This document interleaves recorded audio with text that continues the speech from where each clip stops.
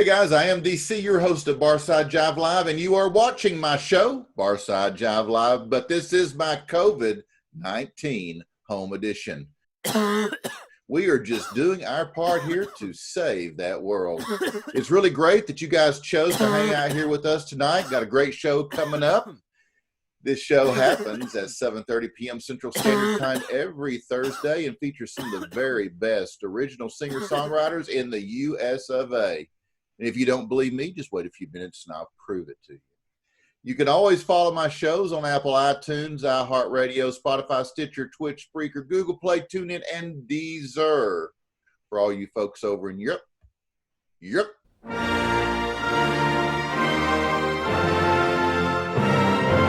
Or anywhere you can find cool content, Barside Jive is there.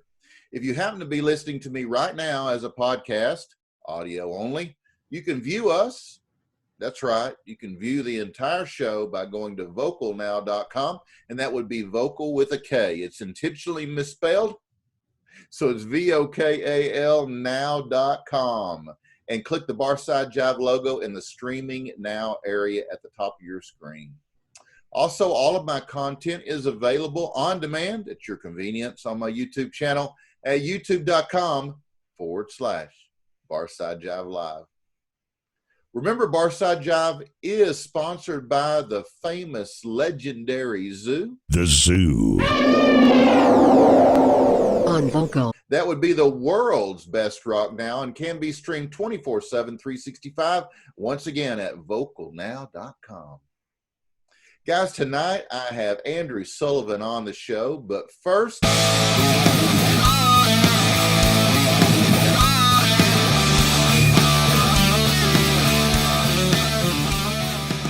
That's some rock news for you guys.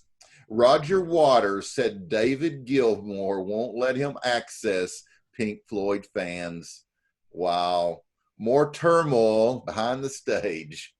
Roger Waters has accused former bandmate David Gilmour of refusing to give him access to Pink Floyd's online following of 30 million fans.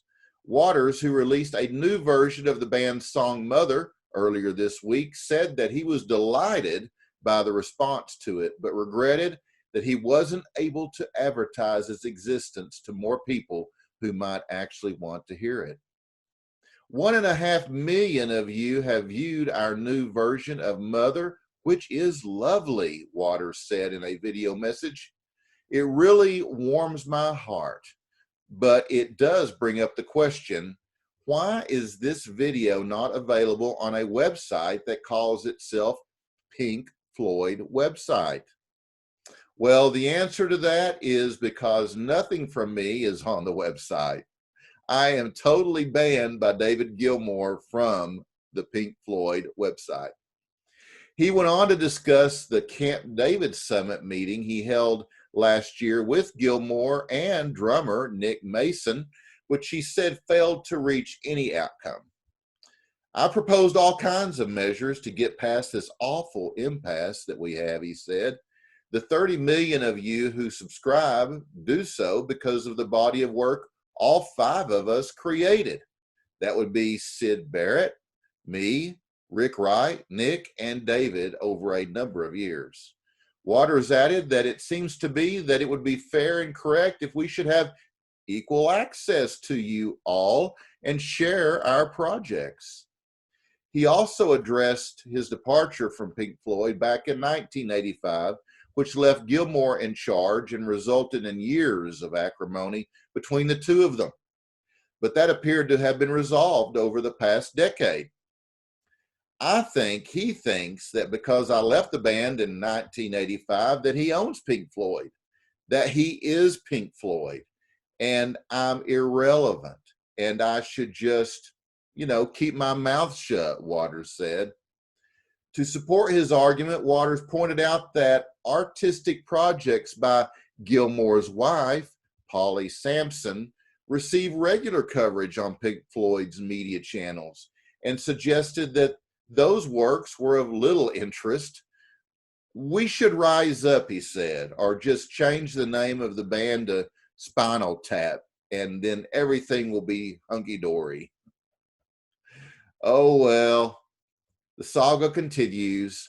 But I do remember what Bunny Carlos, legendary drummer for Cheap Trick, told me when I asked him what he could advise a new musician just starting out. And he basically said, get a lawyer, put everything in writing, and make it all fair and legal up front. Well, that's some good advice that a lot of bands didn't adhere to back in the day. All right, let's do some remembering the top 100 rock albums of the 1980s because DC loves the 80s.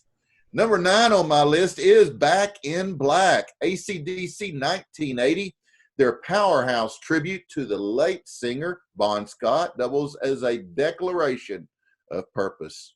With new singer Brian Johnson leading the charge, the group delivered their best album, all about sex and death and more sex, and suddenly found themselves as one of the planet's biggest bands.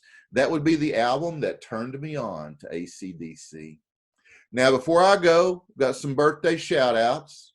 Stan Lynch, the original drummer for Tom Petty and the Heartbreakers for 18 years until his departure in 1994, was born on this day back in 1955. When the late Tom Petty, and I can't believe he's gone, was asked to describe the original Heartbreakers drummer Stan Lynch in the 2005 book Conversations with Tom Petty, the band leader responded with, Stan, now there's a book all in itself. Any book about the 52-year-old Lynch would surely be entertaining, fairly hilarious read. The Rock and Roll Hall of Fame drummer turned successful songwriter, producer for Don Henley, the Eagles, the Mavericks, Ringo Starr, Tim McGraw, among others. And he's also a tree farmer. No kidding.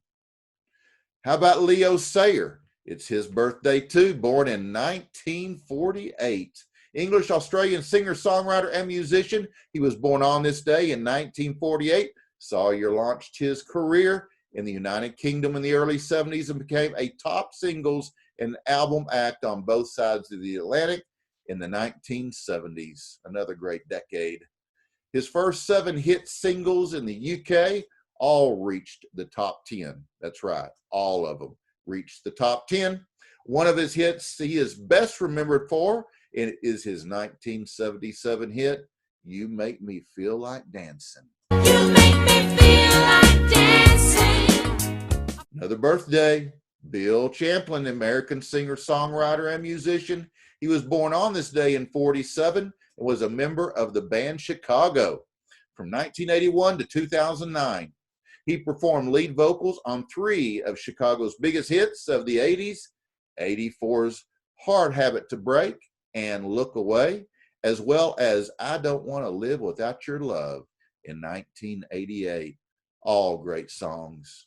How about this birthday shout out to English musician Hilton Valentine? In 1963, the Animals were just starting to form, and Chas Chandler heard about Hilton Valentine's wild guitar playing and asked him to join what was then the Alan Price Combo. Eric Burden was already a member, and John Steele joined immediately following Valentine's arrival. Within a few months, the band changed their name to the Animals. While the Animals are often remembered for Burden's vocals and Price's organ, Valentine is credited with the electric guitar arpeggio introduction to the Animals' 1964 signature song. That's right, guys. You're always so on it. The House of the Rising Sun, which inspired countless beginning guitarists. That dude was born on this day in 1943. And I think I got one more for you guys. This day was full of great birthdays. Ronald Isley of the Isley Brothers, born on this day, 1941, also known as Mr. Biggs, is an American recording artist, songwriter, record producer, and occasional actor. Isley is best known as lead singer and founding member of the family music group, the Isley Brothers. Shout is the debut studio album released by the Isley Brothers on the RCA Victor label back in 1959. Great year. Otis Day and the Knights was created. That's right, guys. This fictional group was created to perform the song in the 1978 movie National Lampoon's Animal House. And that dance scene when they performed Shout was a classic Belushi moment. I said I want you to know right now, you know you make me wanna shout, yeah, yeah, yeah, yeah, right, all right, come on now, come on now, yeah, yeah, yeah, yeah, come on now, yeah, all right, yeah, yeah. My opinion. Go back and watch it. Google or just go to YouTube and search on Animal House, Shout, dance scene. It is great, Belushi. See if you can guess what I am now.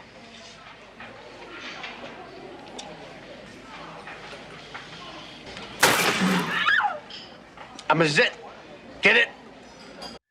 Anyway, those guys had 31 studio albums, 4 live albums, 15 compilation albums, and 111 singles. Wow. They were awesome. So, guys, that will wrap my rock news for this Thursday. If you like my rock music news, then my Tuesday and Thursday 7:30 p.m. shows are the place to be. If you like my rock and roll history, just turn on and tune in to my Daily Dose of Rock Music simply by checking out the Daily Dose playlist on my YouTube channel. Once again, you can find it by searching Barside Jive Live. Yay! My ology.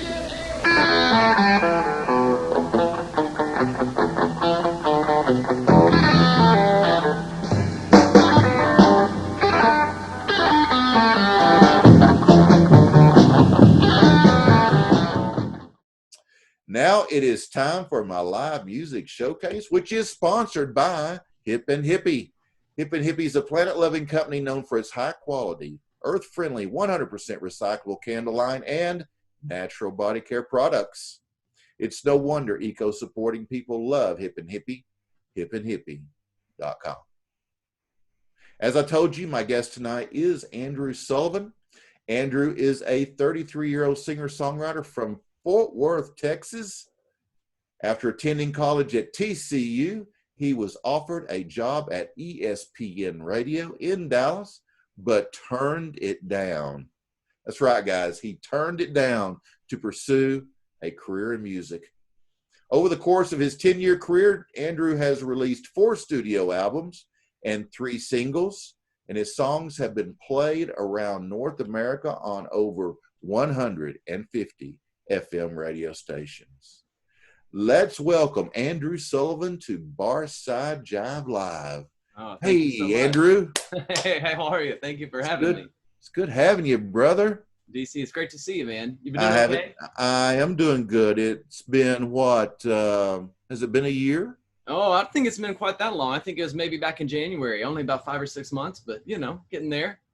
Oh, okay. I think you're right. It was. We ran into each other at the winery there in Louisville, yeah. Sloan and Williams. That's it. Yeah. I mean, right. Wow. That's right. Yeah, we had a chat there. That's right. So that was January. I tell you, all these run together, and it just, you know. Oh, good, man. I'm not offended. You're good. Yeah. Plus, I'm getting older, and I don't know if that has anything to do with it, but anyway, it could. But yeah, I hear there's some risks in that. There definitely are. Man, how have you guys been coping with this China virus thing? Well, I'll tell you the truth, man. It's been a rough couple months, man. I remember my calendar is pretty. You know, I've been doing music full time for about 10 years now. In the last 4 or 5 years, especially, my calendar has been pretty consistent. And right. You know, about mid-March, there was a stretch there where I remember my birthday was the first week of March, and we went down to Houston and back and had a great weekend. And we came back into town, and then within the next week, over the course of 3 days, every gig that I had scheduled from mid-March until June 1st was canceled. Oh, man. I mean, seriously, over a dozen gigs just within 3 days, just done, you know. And so basically it equated about a 90% income loss for me for that time period and for the foreseeable future, because we didn't know how long this thing was going to go. And so, it's hard just for that.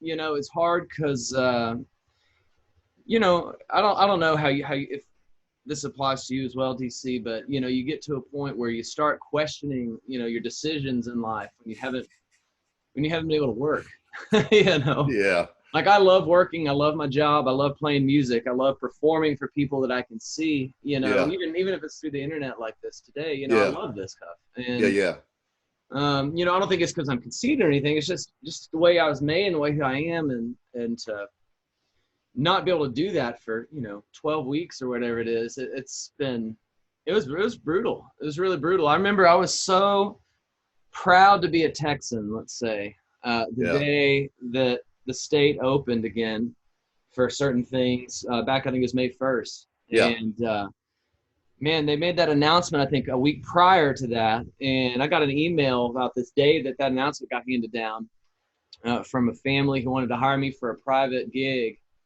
right there near TCU on May 1st. I was so thankful. Yeah. Yes, for the income, but if for nothing else, just for my sanity, to be able to just play music for strangers and hear someone say, "Hey, you're sounding good," wow, it was such an amazing feeling. Made me realize how much, I think, before the lockdown, I really took my career for granted, and what I do, is just any other job. And really, I've come to realize that what I do is pretty special and pretty exciting, and I really can't imagine doing anything else. So I'm all that to say, I'm glad to be here with you tonight. Well, man, do you teach? No, I don't have the patience. I don't have the patience to teach. Now, I part of that, I think, is because I'm self-taught at music. I've never been in a choir or taken guitar lessons or anything. Or I've been to one or two songwriting workshops and stuff. So that'd be the only thing I feel like I'd have a starting point. As far as how to teach. Right. I will say this, to try to boost my income a little bit. To get a little passive income, I created a live streaming course to teach musicians how to live stream more effectively. Okay. I've been doing live streaming on Periscope for about 4 or 5 years now, and I've gotten to the point on my channel on there where I'm getting about 4,000 or 5,000 unique viewers per broadcast on Periscope. And through that, I'm getting viewers around the world and stuff who are supporting me on Patreon, who are buying my music, who are telling their friends, who are playing me on Spotify. It's not like enough to live off of, right? But it's something to keep the bills paid, at least in part. And I did create an online course, CozyGigsAcademy.com. I didn't mean to promote that tonight, but since you asked. No, you can totally promote. CozyGigsAcademy.com for any musicians out there listening who want to get more viewers on their live streams, who want to learn, the things I do to get that many viewers per stream. I put a course together for that. And that's been really fun, getting that all put together and getting the word out there on that. But other than that, I'm thankful because I had that gig on May 1st, and then I had my first public gig at a restaurant this past Sunday. And man, I got to tell you, it was life-giving. I've had the blessing to live all over the world, but there's no place like Texas. It's the greatest state, and our governor and those guys, recognizing that we're doing more harm than China virus by keeping people from working and getting the state going again. Of course, I'm one of these guys that I don't think things ever should have got shut down in the first place. Yeah. I think, people let fear overwhelm them. But anyway, that, my opinion, a lot of people would argue with me, but I think it's great. I think that's what people need. Yeah. Eventually it's going to be like, I lived through chickenpox and measles. I had both as a kid. Are you old enough for polio, or you're too young for that, right? Yeah, I didn't know, but I did have, I got the chickenpox, I got the measles, I got 2 different types of measles when I was a kid. But I've survived a lot in my life. A career in law enforcement. I've survived a lot, and I mean, eventually we're all going to get the virus. We're all going to get it eventually. Right. And if you're healthy, you'll survive it. And if you're not healthy, you might not survive it. Right. But to shut down the country over it, I mean, it's ridiculous. Yeah, it was tough. I don't blame our politicians, I think, for doing what they did when they don't know what's going on. But now we've got so much data out there, Yeah. It's just, I don't know. I think hey, man, there's not even 300 people to date. Not even 300 people have died in Dallas and Tarrant County. Right. But yet, with the whole economy of Dallas, Tarrant County has been shut down for 2 months. Yeah. Because of 300 people. Yeah. I mean, not even 300 people. It's Yeah. Hey, well, does your wife work outside the home? She does. Yeah. So on a related subject, so it kind of plays right into, my wife works in the emergency room, actually, in Parkland Hospital in Dallas. Oh, wow. Yeah. She's a PA. She's a PA over there, a physician assistant. And so.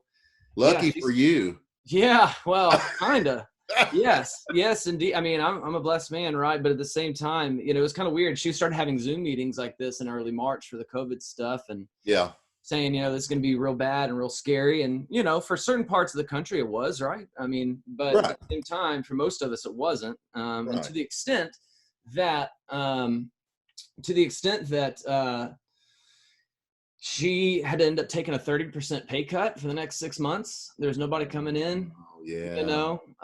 She usually sees 25 patients in a 12-hour shift. And there was a week or two there where she saw 3, 4, 5 shifts a day, 3 or 4, 5 patients a day, and dude, it's hard. I mean, it's a weird thing to think about, it's kind of a sensitive thing to say, but like, people don't realize that even hospitals like that, they got to make the dollars and cents add up, Yeah. And so, some of the other people who work in the department got laid off. Some of the, a lot of the doctors and the PAs had to take, I would say 30% isn't inconsequential, but thankfully it wasn't more of a pay cut. But, it hurt everybody, and so, now her numbers are starting to trend back upwards again, thankfully, which is good for her job security. That's really the only thing that I worry about. And so it was kind of weird, man, because in early March, they were telling her, we're going to probably have to, add shifts and get people to work doubles and whatever. And like the total opposite happened, so all that to say, I'm just thankful that now I can finally start working again. I mean, I had a little passive income from Spotify and from my Patreon page. And, I did a thing with some of my clients. I have a fair amount of corporate clients, who hire me for private events through the years. And I emailed some of them who I said, hey, you got a Christmas party coming up like usual. If you pay me now, I'll give you, a third hour of music for free or something like that. Just stuff like that. If you pay up front, I'm not going to, bum out on you. So, things like that were able to keep the lights on. But yes, to answer your question long ago, I'm very thankful to be back in the saddle. Yeah. So you're self-taught. Yeah. Yes. And so, I mean, as far as songwriting, what do you mainly write about? I mean, what's your process? Yeah, well, it's kind of funny. So I say self-taught. I mean, I guess I am taught in the sense that I grew up listening to the radio. I was born in 87, right? So I was raised on 90s country, the golden age of country music, and George Strait and Garth Brooks and Brooks and Dunn and Reba and all those were ruling the airwaves. Oh, yeah. The golden age of modern country, let's say, no disrespect to Hank Williams and the like, but it's so I think I learned how to sing, and I really gained my appreciation for songwriting through them at that time in my life. I didn't realize it at the time, of course, like any 10-year-old boy, I wanted to be a pro baseball player, or something like that, Right. Like every boy I feel like grows up wants to be an astronaut or a pro athlete or something. And so I didn't even realize my love for music really until high school. And kind of a fun fact about me, I was in a very hard rock band, let's say like a metal band. Really? Yeah, and I don't even like metal music that much, but angsty teen years, it kind of fit. I had friends of mine put together a band that didn't have a singer, and one of my buddies, he knew I could sing fairly well, and I didn't even know if I could sing all that well, but he thought I could, and he had me come out to a tryout for the band, and I think I sang like some Incubus song or something like that, you know. Wow. And he was like, dude, you nailed it. That was perfect. And so I was like the lead singer of this metal band, just a high school garage band. There's nothing real crazy about it. But the thing I loved about it, and the thing I still really appreciate about it, is that we did take it seriously. You know, we rehearsed a couple times a week. Yeah. We went out and we booked shows all over Houston. You know, we did advertising on MySpace back then, you know, as the social media. Right. You know, and it really just gave me an appreciation for the music business. And because I was the one doing all the songwriting, all the singing, like I got to do all the lyrics mostly for the band back then, you know, and I'd run it by the band and they'd all kind of agree on some changes here and there. But for the most part, a lot of the lyrics I had free reign over, which was cool. You know, they'd come up with the melody and I'd just pop lyrics in there, and we were happy for like a year. There you go, yeah. That, you know, and so I think that got me hooked. And then, you know, high school ends and we all kind of go our separate ways. And it's at that point where I really started teaching myself how to play guitar in earnest, and how to at least play chords and how to play rhythm style, you know. Got into playing at my church and stuff, which kind of helped with that development as well. And ended up, you know, I think doing like a real basic, again, high school kid level demo of like 3 or 4 songs that I've had first written, you know, and you know, when you're first getting into songwriting, like you're convinced that like your first song you write is like great, you know, and then the second song you write, you're convinced that any song you write is great, right? You know, and I think if you know, 33-year-old Andrew could talk to 19-year-old Andrew and give an advice, or any budding songwriter, no matter what your age, I'd say your eraser is probably more powerful. It's probably more key to your success than your writing end, you know? Right. And, you know, so it's kind of funny, you know, you go to listen to some of those old songs of mine that have not played in 10 years now, you know, and I kind of cringe, you know?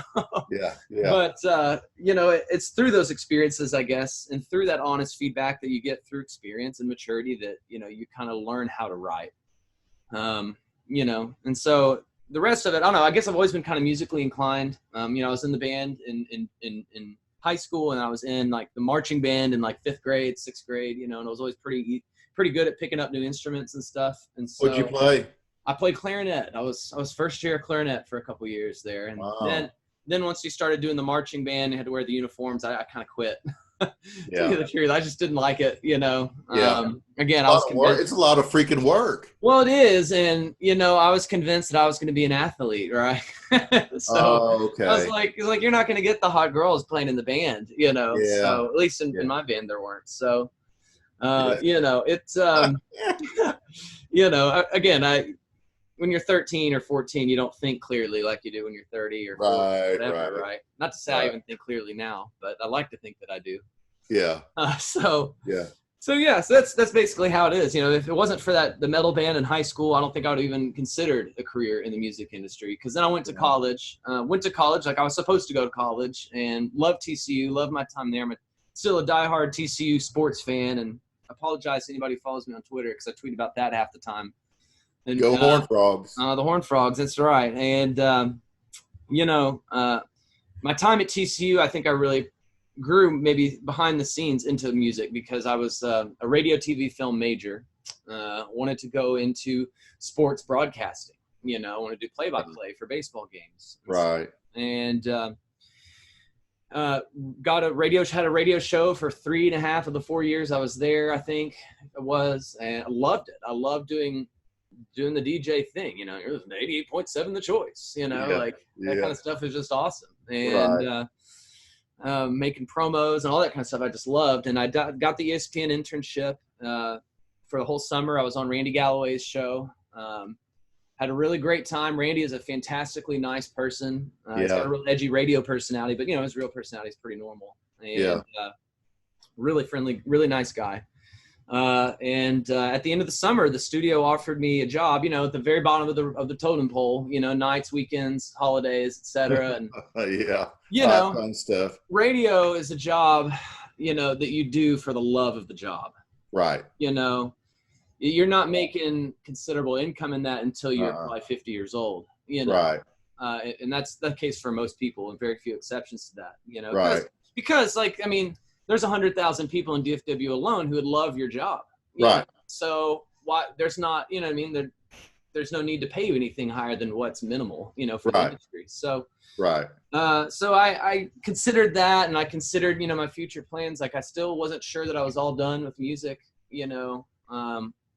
I knew that my wife was going into the girl I was dating was my wife now, you know. I knew Katrina was going into medicine, and I was like, you know, like she's, you know, if I go into radio, obviously, or music, she's going to be, you know, earning more than I am, more than likely. But it's like if something were to happen to her, like I want to be able to provide for both of us and provide a good life for us somehow, you know. Right. Like with radio, and at that point I'd been dating her for like 3 years. I was like, I'm just not sure that I could do that, you know, in radio. And I think that's where kind of the rubber met the road on that decision. And so I told him thanks, but no thanks, and graduated from college, and just kind of started working on music, you know. So anyways, so that's how it's, you know, that's how we kind of got to where I am. And then we got married in spring of 2010, and I had a job doing real estate appraisal briefly, because that's what my dad was doing, and I knew how to do that. And all the while writing songs and getting better at it, and playing open mics at coffee houses and stuff like that, and getting more confident in general, just telling people, hey, I play music, you know. It's kind of a scary thing the first time you do that. And then we got married in March of 2010, and I started about 2 months into it. I told my wife, I said, babe, I don't want to do this appraisal thing forever. You know, I mean, I know it provides well, but I don't like it. Like, I feel like I have a creative mind. I feel like I'm independent streak. I want to work for myself, you know? Right. She's like, well, look, we're young. We don't have any kids. We're flexible. Like, our rent's really cheap. Like, let's just save up our money, and you write, you know, however many songs you think you need for a basic album, 5 or 10 songs or whatever, and find a studio here in town and put it together, and let's just see what happens. You know, as long as you treat this like a business, you know. She's like, I don't want you calling yourself a professional musician and playing twice a year. You know what I mean? Right. You need to be a businessman with this. And I said, okay, you know. And so that's what I did. I ended up writing 7 songs that I took to a studio here in Fort Worth. A guy had converted, a friend of mine had converted one of those Home Depot sheds into a recording studio, you know, and he charged me a great price. But he's a fantastically talented musician and technician, and recorded a basic album for me called Lately, which was my first album. And I guess the rest kind of from there is history. So, wow. Yeah. So very cool. Very here cool. Here we are today, and got my son just walked in here. He's desperate to play this guitar that's in my lap. Isn't that awesome? It's great, man. It's great. That's the cool thing about. I mean, there's nothing cool about this China virus, but right.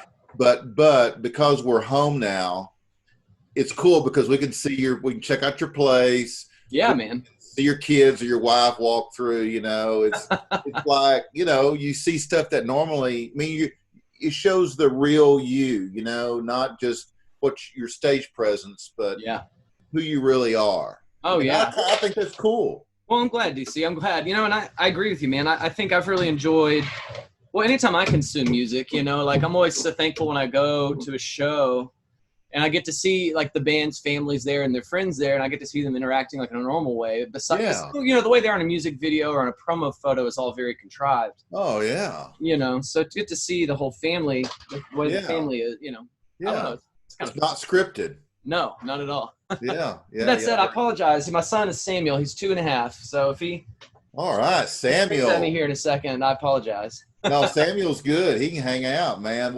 In fact, I want to hook this audience right now for the rest of the show. All right. So why don't you play them something? All right. Yeah, let's do it.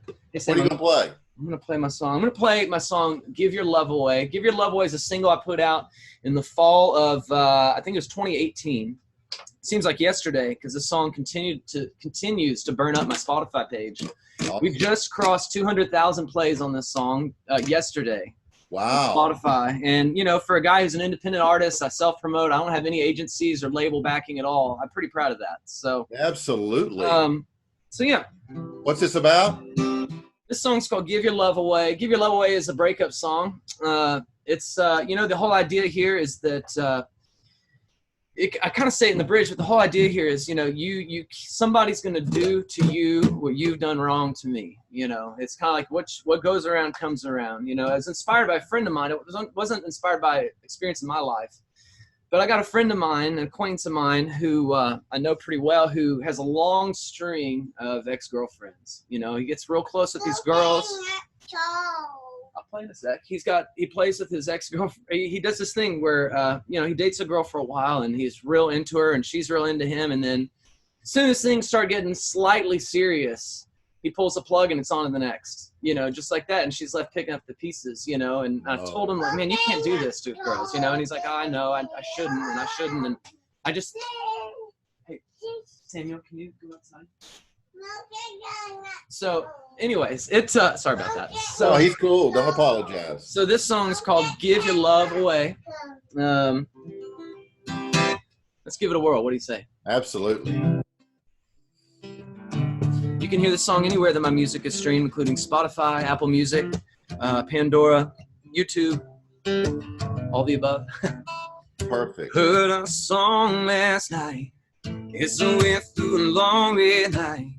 See you sitting to where you used to ride. As a worn-out speaker sang, couldn't help but share away. You're long gone, and ever since you left that day, I can't help wonder how many more hearts you each trade.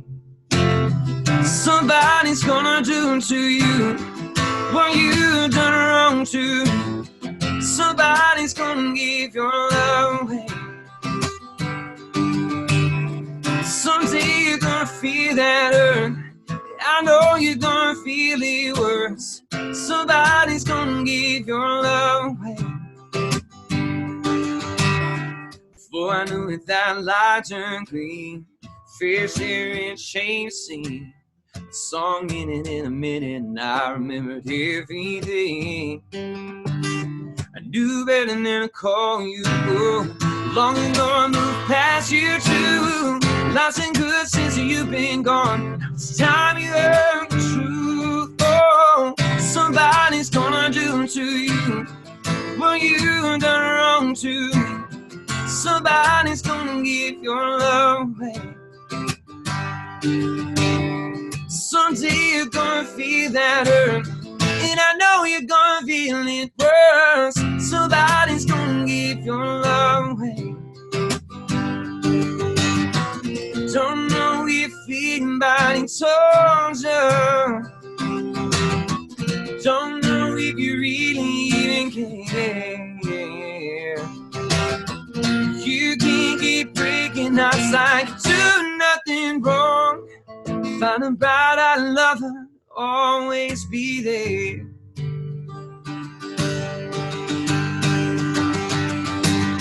Somebody's gonna do to you what you done wrong to. Somebody's gonna give your love away. Someday you're gonna feel that hurt, and I know you're gonna feel it worse. Somebody's gonna give your love away. Somebody's gonna give your love away.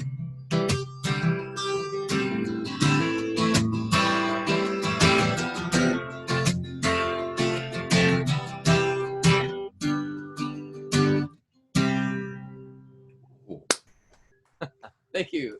It's awesome. Andrew Sullivan right here on Barside Jive Live. That was awesome, man. Thank you, brother. Appreciate it. Hey, I was thinking about Samuel and all these kids out of school. And all these kids are out of school, and they're home every day. Yeah. And one of the funnest things I did when I was in school is I used to love show and tell. Oh, I used to love it. I mean, I lived for show and tell. But you got anything that you can show and tell? Show and tell, like a new song or what? No, I mean, maybe it's something not music related. I gotcha. Hang on. Maybe something not music related. It's not music related. Well, You got anything that's not music related? Something that's... Well, you know what? I got something that is music related, but I think you're going to like this. It's okay, cool. Totally unique. All right, let's do it. Watch this. Hey, Samuel. Samuel. Hey, Samuel. You say hi to Mr. DC. Hey, Samuel. Wave at me. Wave at me. He's below the screen. He's like right here. Yeah. All I right, see. check this out. I don't know if you guys have seen this. If you're a hardcore musician, I just know you're pretty. Oh, yeah. Melodica. Yes. So I got this thing. Pretty cool. Basically, it's like a woodwind instrument, right? Right. You blow into it. Kind of fun, huh? Is it kind of like playing the clarinet? Yeah, a little bit, I guess. There's no reed or anything on it. But, No. you know, yeah, it's No. kind of fun. I don't know. I got some just to mess around with. My son's actually pretty good at playing on it. You want to blow? Really? He's blushing. Is he? Yeah. You wanna play? Yeah, that's cool. Yeah, so that's what I got. This thing was cool, man. It's $25 off Amazon. Like I got it. Really? Dude, no kidding. Yeah, the brand is Kahaya. I don't know if you can see that there. Huh. Kahaya, seriously, $25 on Amazon. Wow, that's pretty cheap. And actually pretty decent build quality. It's got a little hand strap on the back so you can hold it and, you know, go to town. Yeah, wow, that's very cool. I just got it because I always kind of like the accordion sound, and I just thought it'd be kind of fun when I do little demos to, Yeah. you know, I never record myself professionally. I always let the pro do that. I'm not Right. technically minded enough for that, but I do demos with my mic and GarageBand or whatever. And Are you going to work it into a gig? yeah, boy, if I could, I don't know if the people would like that. I think it'd be cool. It's a bit of a harsh sound, but we'll see. Oh, no, I think it'd be cool. Oh, he wants me to grab this guitar, and hang on. Oh, okay. You want this one or the electric one? This one right here. Okay. Hey, here you go. Can you just sit here quietly and play it behind me? There we go. All right, we're back. Thank you for bearing with me, DC. I appreciate Oh, you. dude, this is totally what the show's all about, man. I like the realism of it. I don't like the canned Yeah, I hear you, brother. stuff. I like this. Okay, so it's my turn. So this is not music related either. So when I was over in the Middle East training Palestinians, the Palestinian freaking leader of their military gave me this award. Dude, that's legit.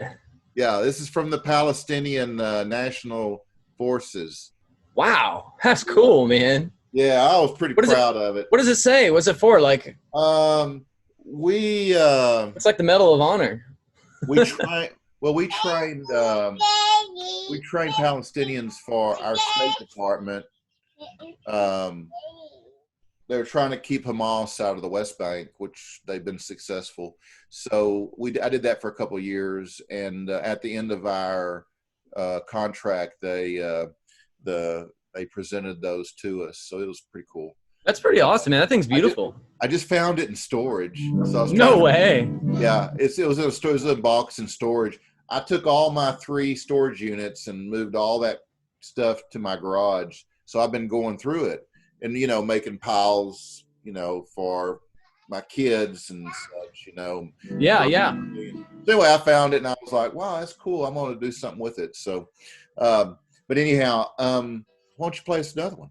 I would love to. Hang on one second. Samuel, hey, can you take this guitar in the living room? Just for a few minutes. Can you take that in there in the living room? Hang on one second. I'm going to hit this guitar in the living room for me. That's cool. I'm sorry, DC. So you're good, Sam. See you, Samuel. Here,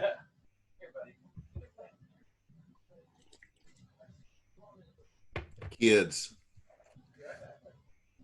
Can't live with them? All right. Sorry about that, brother. No, you're good, man. You're good. I thought it could be quiet enough. He was behind me, but I was looking at my mixer here, and every time he strummed the guitar, it just went. I was like, they're not going to hear a note that I play. Yeah. So tell you what, I want to play a new song for you. Can we do that? Awesome. I got a song here I've never recorded.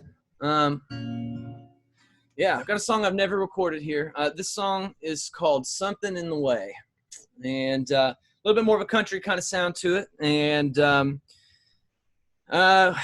don't know how else to describe the song other than it's upbeat. It's a song, it's a song about when you're home late at night, maybe by yourself, and you get a phone call and you answer the phone when you really shouldn't be doing that. I think a lot of people I know have run into a situation like that. You know, maybe it's 2 a.m. and an ex-lover calls. You're like, man, I know I shouldn't answer this call. Oh yeah. But something leads your hand to grab that phone and hit green, hit talk. You know. Yeah. So I decided to write a song about that. Okay. This is one that a lot of people can relate to that. yeah, you know, I think the subject matter is pretty relatable. Mhm. Can you hang on just a minute? Can you hang on just a minute, baby, please?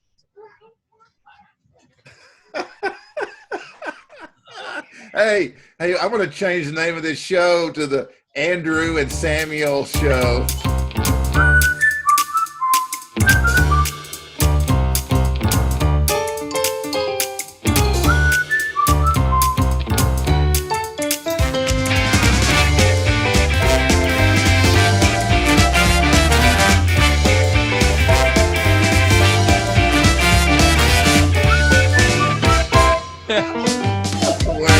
I'm going to. Oh, he wants it in the living room. I'm so sorry, DC. I'll be right Hey, back. dude, you're totally fine. You're totally fine. I'm definitely not editing this out. It's too good.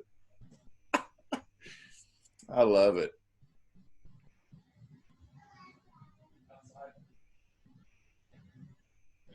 All right, here we go. So this song is called Something in the Way. It's one I've never recorded. I am in the process right now of recording an acoustic album. I haven't, you know, with all that lost income, I haven't really been able to afford going to a pro Nashville studio like I usually do to record. Right. Got a producer out there in Nashville I just love. That said, finances being what they are, I've decided to record an acoustic hits album. You know, not that I'm famous enough to really have any hits, but there are some songs that are fan favorites of mine, but I'm going to do probably 8 to 10 originals that I've already done, just a more acoustically stripped down style. But I am going to put this song on here too, I think, to try to introduce it to the world. So this song again is called Something in the Way. Hope you love it. Very cool.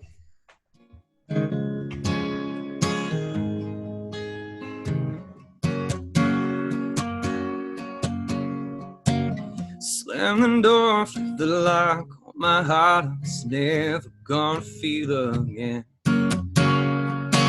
She wore me down like a wax for a spark. That candle burned down to the end. It's 2 a.m. and she calls my phone, and I know that I should just let it go. I knew better than to take that call, but there's something you should know. Something about the way that she glows in the night. It's kinda like a full moon in a summer sky. Something in the way that she does what she's doing to me right now. Right now. Something in the power that you feel in her touch, breaking my defenses, I can never get enough. Something about the way that she does what she's doing to me right now. Right now. Everybody's gonna wonder why I've gone back on my word.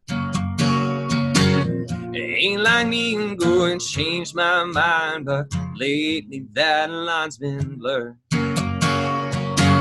Struck down by a lightning bolt, yeah, I'm losing common sense again. Everybody's gonna say so down, but oh, I gotta say, my friend, there's something in the way that she glows in the night.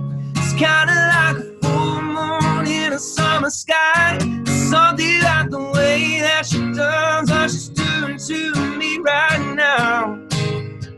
There's something in the power that you feel in her touch, breaking my defenses, I can never get enough. Something in the way that she does what she's doing to me right now. Right now. I might blame myself for all the pain, and I never, ever asked her to call. Something in the way that she glows in the night. It's kinda like a full moon in a summer sky. something in the way that she does what she's doing to me right now. Something in the power that you feel in her touch, breaking my defenses, I can never get enough. There's something in the way that she does what she's doing to me right now. Right now, there's something in the way, something in the way she moves, there's something in the way.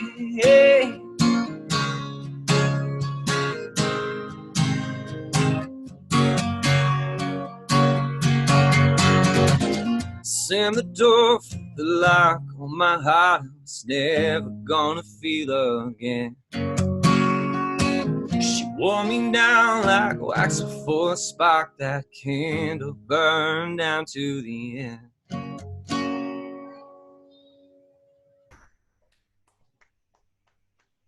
Thank you, thank you, thank you.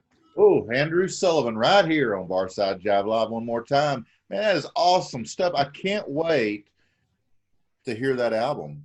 Thanks, man. Really be cool. Thank you very much. We were very much in the newborn stages of that album. We just started recording. I just started recording on it yesterday. Yeah. Oh, wow. So it may be another month or two before it's all said and done here. But, you know, I've got some good quality mics and stuff, and I know what I'm doing at least enough to get it to mixing and to mastering. So, yeah, so be on the lookout for that. You know, I'm probably going to take my top 10 most streamed songs on Spotify, redo those in a more stripped down version, and then throw in, you know, 1, 2, 3 originals, maybe a cover, you know, should be something fun.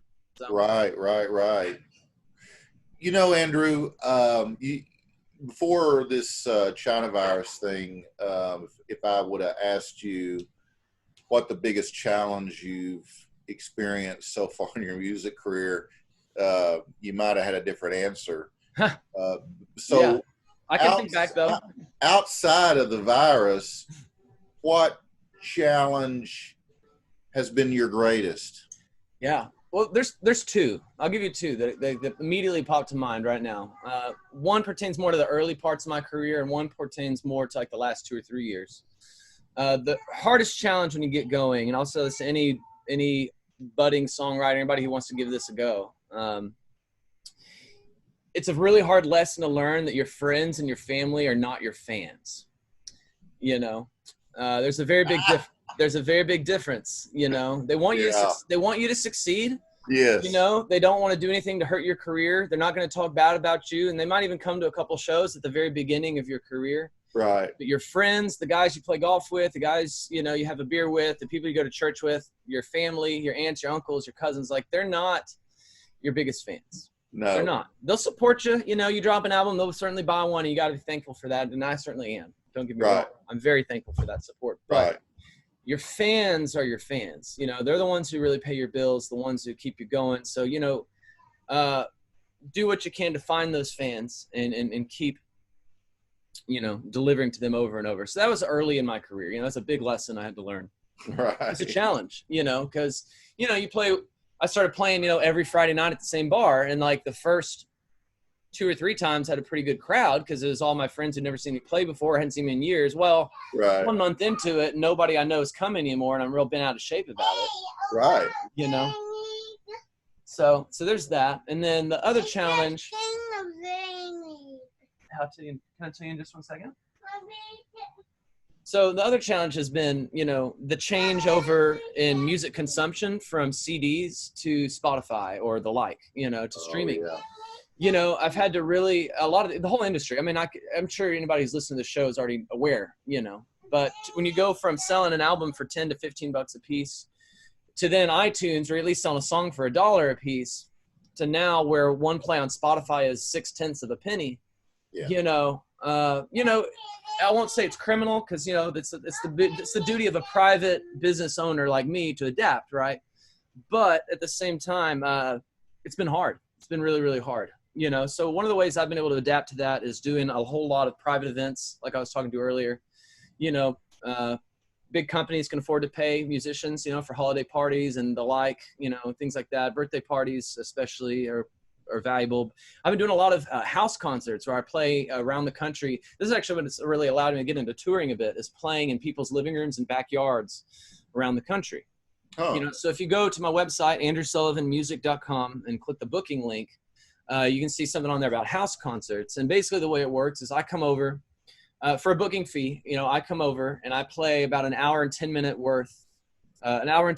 of originals, plus banter in between songs. And then I hang out with the crowd before and after the show, and I sell some merch and stuff. But it's a really cool opportunity for people who, maybe don't want to go to a smoky club and have to fight for parking and all that kind of stuff, to have a real touring musician in their house, Right. playing a small, intimate, stripped down acoustic show, 20 to 40 people.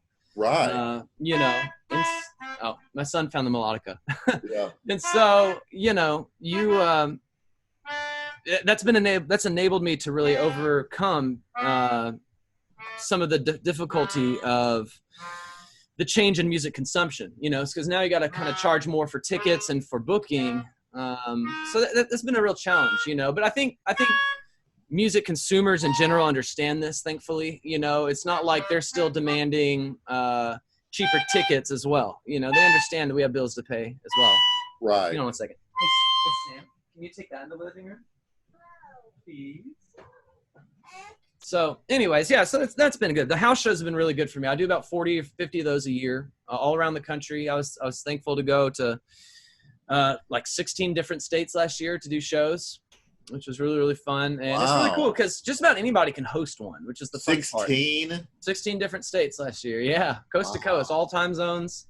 Only places I haven't been are basically Oregon and Washington State. And then I haven't been to New York or Pennsylvania, but I've been to like Boston and up to Maine and stuff as well, and up to the Midwest. And it's just fun, because basically anybody who's got a space, it doesn't have to be anything elaborate. You don't have to be living in $1 million house. If you got a backyard, you got a living room, just a space you can control that can fit at least 20 adults, like who bring their own lawn chairs. Right. We can do a show. I provide the sound equipment. It's super casual, and it's really, really, really fun. Yeah. Most people I know have not been to acoustic house shows, and Right. When they come to one, especially when their guests come to one, like, man, when are you going to do the next one? So a lot of these people end up booking me, every year, which is a lot of fun, or every other year, So that gives me time to write new stuff and then come back and play the fresh material again for familiar faces, which is cool. Right. Dude, we've come to the point of the show where we're going to begin to close, but what I was going to ask you, first of all, I want you to throw your social media out there again. Let everybody know how they can contact you, where they need to go. I'd be happy to do that, man. Thanks for offering. It's my main website is andrewsullivanmusic.com. Pretty easy to remember there. It's got all the links. But then social media, I'm on Instagram, Andrew Sullivan Music. I'm on Twitter. It's A Sullivan Music. And then YouTube as well as Andrew Sullivan Music. So those are the big three, I think. So Awesome. I appreciate the opportunity. Do me a favor and hang around. I want you to play one more song as we close, okay? I can do that for you. No problem. Okay, so if you figure out what you're going to play, and I'll close out, and then it'll be all yours, okay? All right, buddy.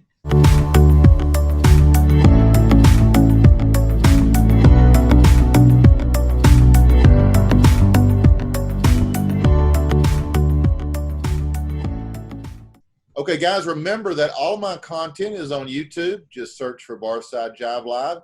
I'd like to thank Jay and Jimmy, our production team, for all the hard work they do behind the scenes to make these shows possible. Appreciate it. I appreciate it. And I'm just about out of here. I want to thank Andrew Sullivan one more time and Samuel for helping us put on a great show this evening. Great people, and I wish them all the best. Thanks again for hanging out with us this evening. We appreciate your support more than you'll ever realize. We appreciate your support of what we're doing here and hope that you'll share us with your friends, your family, and your followers. And until next time, please be kind to one another and patient. Everybody needs to be patient. This is drawing to a close, I think. So Amen. Keep it real, keep on rocking, and here you go. One more song from Andrew Sullivan right here on Barside Jive Live. This is original of mine. It's called You Will Never Be Alone.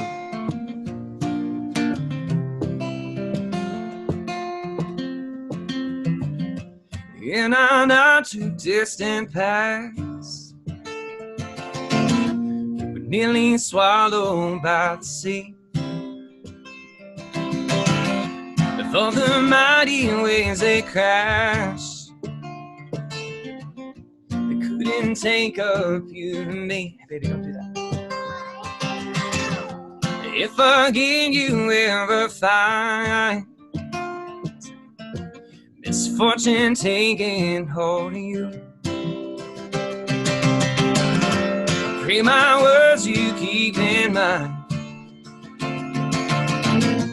and that your soul finds them true. I will hold your hand when the seas get rough, where the tide is low, when the sun won't rise, where the help won't come, when the moon is dark.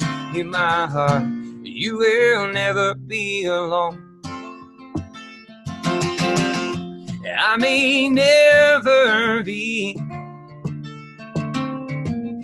a billionaire living by the sea,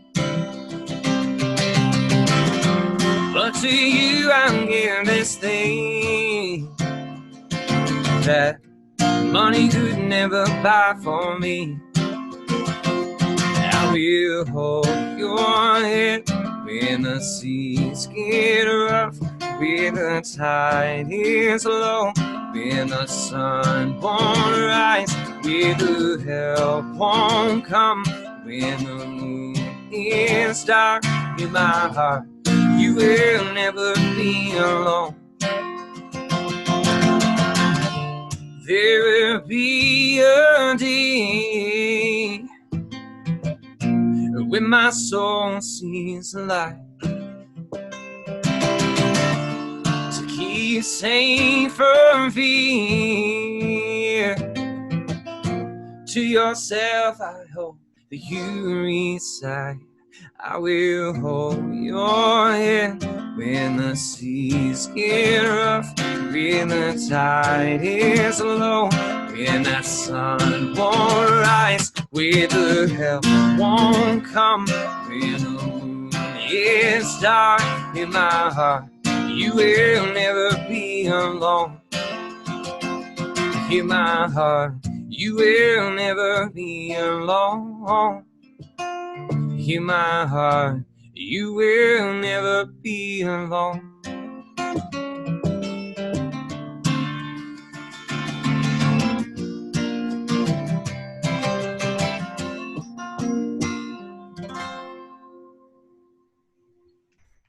Thanks, DC. Appreciate you having me out, man. Dude, it was so great seeing you again. It's great to see you. I hope you're well, man. Wish you guys all the best. Same. And when you get that album done, holler at me. We'll get you back on. Oh, I'd be happy to be back, man. Anytime you want me. It'd be fun. We'll be back on. We'll be goodness gracious. Word bomb. Gotta We'll be in promote. touch for sure, man. Absolutely. Okay, brother. Thanks again. Thanks, DC. Have a great one. Appreciate you. You do the same, brother. See you, buddy. Okay, bye.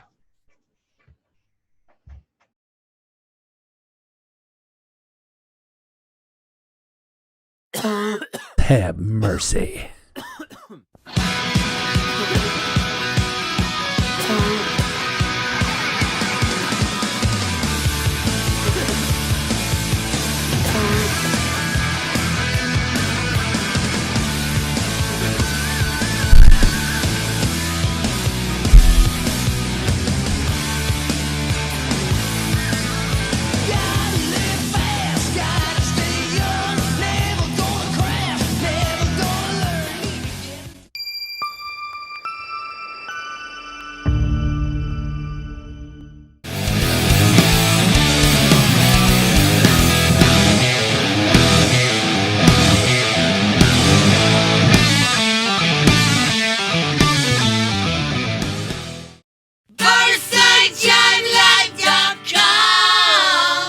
That's BarsideJiveLive.com.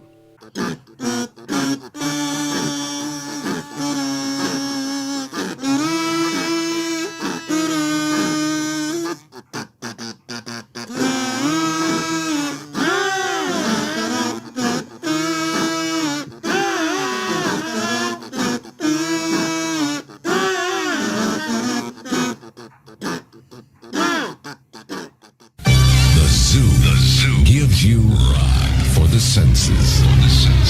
For the senses. Lows that evolve into highs that pierce.